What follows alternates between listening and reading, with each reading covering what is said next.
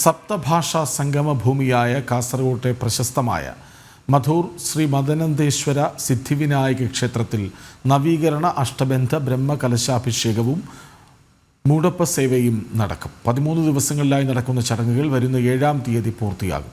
ക്ഷേത്രത്തിലെ പ്രധാനപ്പെട്ട ചടങ്ങായ മൂടപ്പ സേവ ഇന്ന് രാത്രിയോടെയാണ്. വിവരങ്ങളുമായി മിഥുൻ പിള്ള ഒപ്പം ചേരുന്നു. മിഥുൻ പിള്ള പറയും.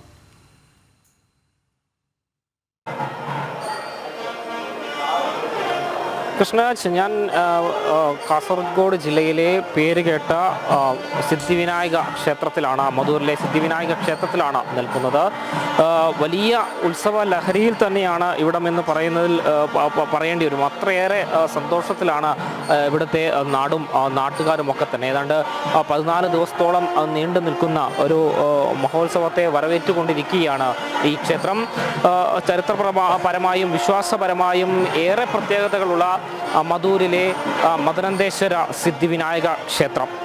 ഇവിടെ 33 വർഷങ്ങൾക്ക് ശേഷം മൂടപ്പ സേവ എന്ന് പറയുന്ന ഒരു നാടിൻ്റെ തന്നെ സംസ്കാരത്തെ വെളിവാക്കുന്ന ചടങ്ങ് കൂടി നടക്കുന്ന ഒരു ദിനമാണ് എന്ന് പറയാതെ വയ്യ. കഴിഞ്ഞ കുറച്ച് ദിവസങ്ങളിലായി ലക്ഷക്കണക്കിന് ഭക്തരാണ് തങ്ങളുടെ ദേവനെ ഒരു നോക്ക് കാണുവാനും അനുഗ്രഹം തേടുവാനുമായി ഈ ക്ഷേത്രത്തിലേക്ക് എത്തിച്ചേരുകയും ചെയ്തിട്ടുള്ളത്. ഒരുപാട് സംസ്കാരങ്ങൾ ഉറങ്ങിക്കിടക്കുന്ന മണ്ണാണ്. നമുക്കറിയാം, സപ്തഭാഷാ സംഗമ ഭൂമിയാണ്. അത്രയേറെ സംസ്കാരങ്ങളും ഈ ഒരു മണ്ണിൽ ചേർന്ന് കിടക്കുന്നു എന്നുള്ളതാണ് എടുത്തു പറയേണ്ടത്. ക്ഷേത്രത്തെ സംബന്ധിച്ച് ഒരുപാട് പ്രത്യേകതകൾ നിറഞ്ഞ ഒരു അമ്പലം കൂടിയാണിത്. നമ്മോടൊപ്പം ഇപ്പോൾ ഈ ക്ഷേത്രത്തിൻ്റെ ഭാരവാഹി കൂടിയായ ധനഞ്ജയ് ചേരുന്നുണ്ട്. ധനഞ്ജയ്, ഇപ്പോൾ ഈ നാടിനെ സംബന്ധിച്ച് എത്രത്തോളം സന്തോഷത്തിലാണ്? എന്തൊക്കെ പ്രത്യേകതകളാണ് ക്ഷേത്രത്തെ സംബന്ധിച്ച്? ശ്രീ മധൂർ മദനന്തേശ്വര സിദ്ധിവിനായക ക്ഷേത്രം എന്ന് പറഞ്ഞാൽ ശിവക്ഷേത്രമാണെങ്കിലും ഗണപതിയുടെ പേരിൽ പ്രസക്തി ആർജിച്ച കേരളത്തിൽ ഒരു ക്ഷേത്രങ്ങളിൽ ഒന്നാണ് മധൂർ ക്ഷേത്രം. ശരിക്കും പറഞ്ഞാൽ 33 വർഷങ്ങൾക്ക് ശേഷം അഷ്ടബന്ധ ബ്രഹ്മകലശവും മൂടപ്പ സേവയും വരുമ്പോൾ ഒരു നാട് എന്നല്ല, ദക്ഷിണ കന്നഡ, അതുപോലെ തന്നെ നമ്മുടെ കണ്ണൂരിന് ഇങ്ങോട്ട് കേരളം ഏകദേശം ആ ഒരു രീതിയിൽ വളരെയേറെ ആളുകളാണ് ദിനംപ്രതി ഇവിടെ വന്നുകൊണ്ടിരിക്കുന്നത്. കാരണം മൂടപ്പ സേവ എന്താണെന്നും അതിനെക്കുറിച്ച് അറിയാൻ വേണ്ടി നിരവധി ആളുകളാണ് വന്നുകൊണ്ടിരിക്കുന്നത്. ഏകദേശം ഗണപതി ഭഗവാനെ അപ്പം കൊണ്ട് മൂടുന്ന ഒരു ചടങ്ങ്, അതാണ് മൂടപ്പ സേവയെക്കുറിച്ച് പറയാനുള്ളത്.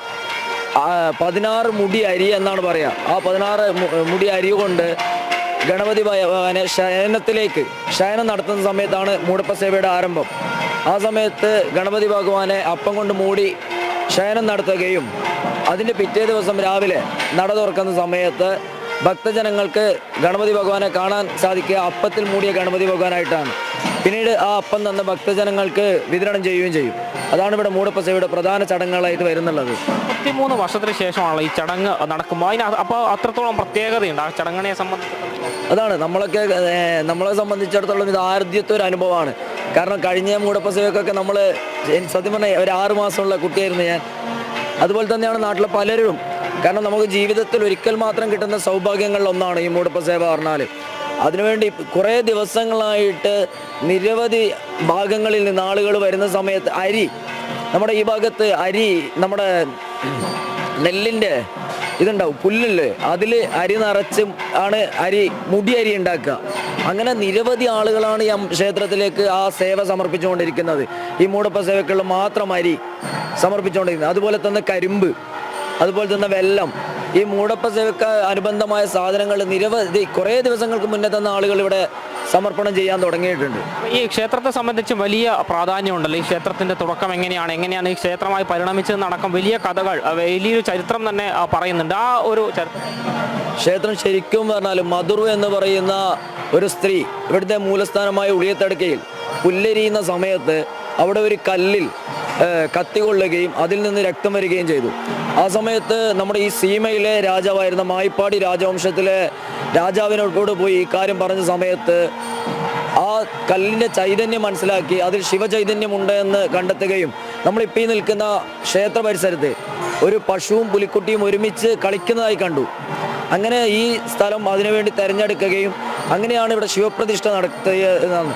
ഇന്നും ഇവിടെ അഭിഷേകം കഴിഞ്ഞാൽ അന്ന് കൊണ്ട് ആ മുറിവിന് ഔഷധമായി ചന്ദനം പുരട്ടുന്ന ഒരു ചടങ്ങ് കൂടി ഇവിടെ എല്ലാ ദിവസവും നടക്കുന്നുണ്ട്. അങ്ങനെ ഇരിക്കുമ്പോൾ ഇവിടുത്തെ ആ സമയത്ത് ശിവന് ചെയ്യുന്ന പൂജ കണ്ട് മകൻ ചുമരിൽ ഗണപതിയുടെ ചിത്രം വരയ്ക്കുകയും ആ ചിത്രം പിന്നീട് ഉത്ഭവിച്ച് മഹാഗണപതിയായി മാറി എന്നാണ് വിശ്വാസം. ആദ്യകാലങ്ങളിൽ ഗണപതി ഉയരം വെക്കുന്നുണ്ടായിരുന്നു.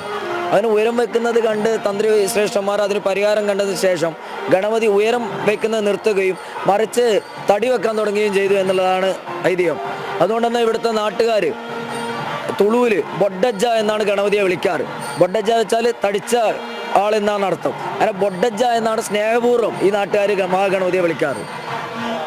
ഒരു നമുക്ക് കേട്ടാൽ മതിവരാത്തത്ര രസമുള്ള ചരിത്രങ്ങളും ഒരു സംസ്കാരത്തിൻ്റെ പ്രത്യേകതകൾ എത്രത്തോളമാണ് എന്ന് വിളിച്ചു പറഞ്ഞുകൊണ്ട് തന്നെയാണ് മധൂർ മദനന്തേശ്വര സിദ്ധിവിനായക ക്ഷേത്രത്തിൽ ഈ ചടങ്ങുകളൊക്കെ തന്നെ പുരോഗമിക്കുന്നത്. നമുക്കറിയാം ഹൈന്ദവ സംസ്കാരം എത്രത്തോളം വൈവിധ്യങ്ങൾ ചേർന്ന് കിടക്കുന്നതാണ് എന്നുള്ളത്.